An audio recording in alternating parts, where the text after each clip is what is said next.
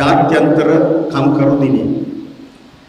இன்று உலக வாழ் உழைக்கும் மக்களின் தினம், சர்வதேச தொழிலாளர் தினம். ශ්‍රී ලාංකීය වැඩ කරන ජනතාවගේ දිනය. இலங்கை வாழ் உழைக்கும் மக்களின் தினம். ජාතික ජනබලවේගය අද මේ ඓතිහාසික දිනය අභිමානවත් ලෙස සමරනවා.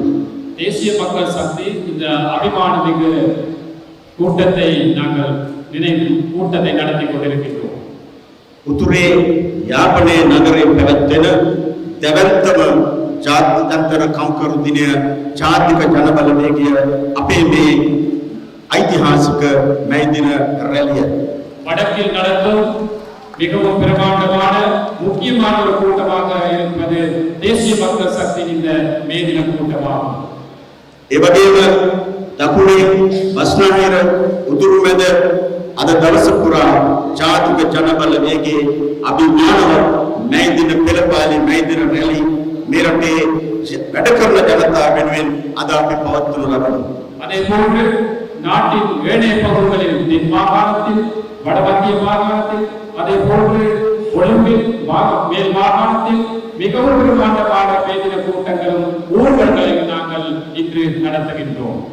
රට හදන විසඳුමට උතුරෙන් දකුණෙන් නැගෙනහිර බස්නාහිර සිංහල දෙමළ මුස්ලිම් බර්ගර් මැලේ සියලු ජාතිකත්වයන්ගේ සමගියෙන් ගොඩනැගෙන කම්කරු බලය අත්‍යවශ්‍ය වෙනවා.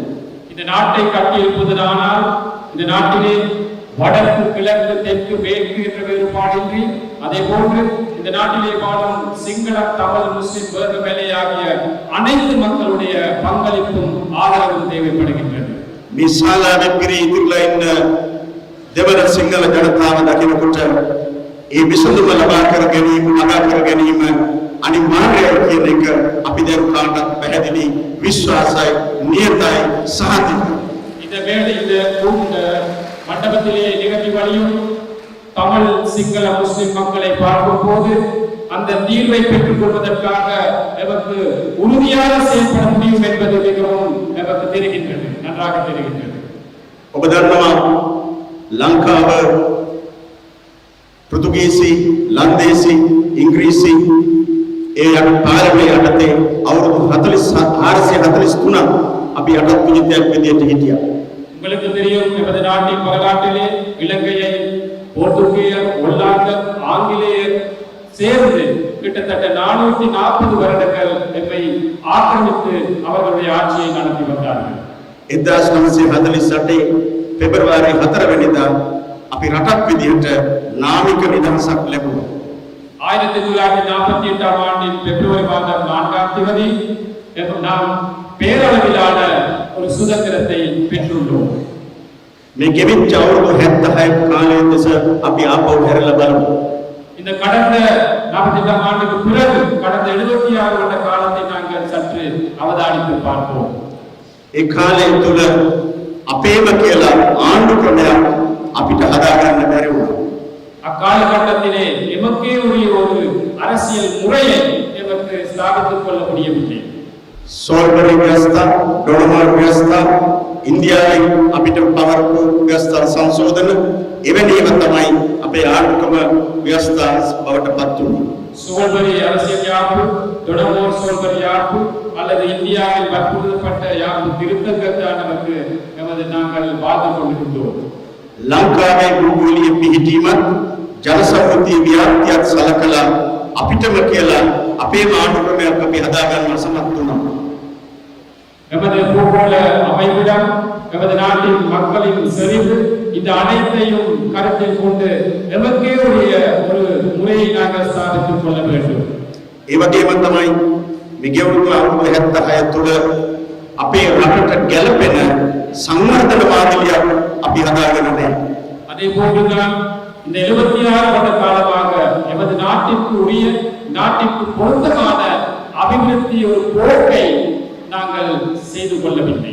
අපේ රටේ පිහිටීම, අපේ රටේ භෞතික සම්පත් ප්‍රමාණයත්, අපේ රටේ ඉන්න මානව සම්පතට ගැළපෙන සංවර්ධන මාධ්‍යයක් අපි තාම ගොඩනගාගෙන නැහැ.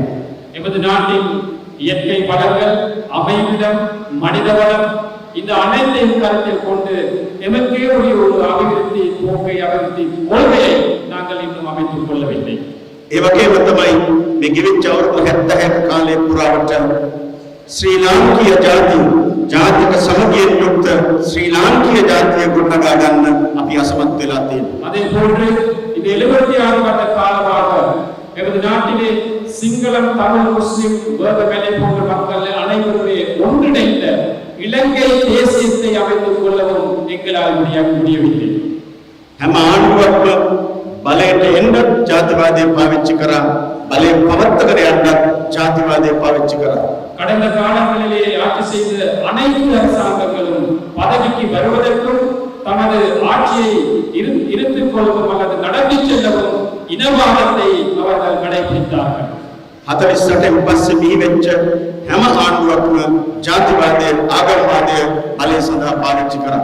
48ஆம் ஆண்டுக்கு பின்பு வந்த அனைத்து அரசாங்கங்களும் பதவிக்கு வருவதற்காகவும் இருப்பிற்காகவும் இனவாதத்தையும் மதவாதத்தையும் அவர்கள் பயன்படுத்தினார்கள். 1981 යාපනයේ පුස්තකාලයකදී තිබ්බේ 83 ජාතිවාදී ගැටුම් නිර්මාණය කරේ.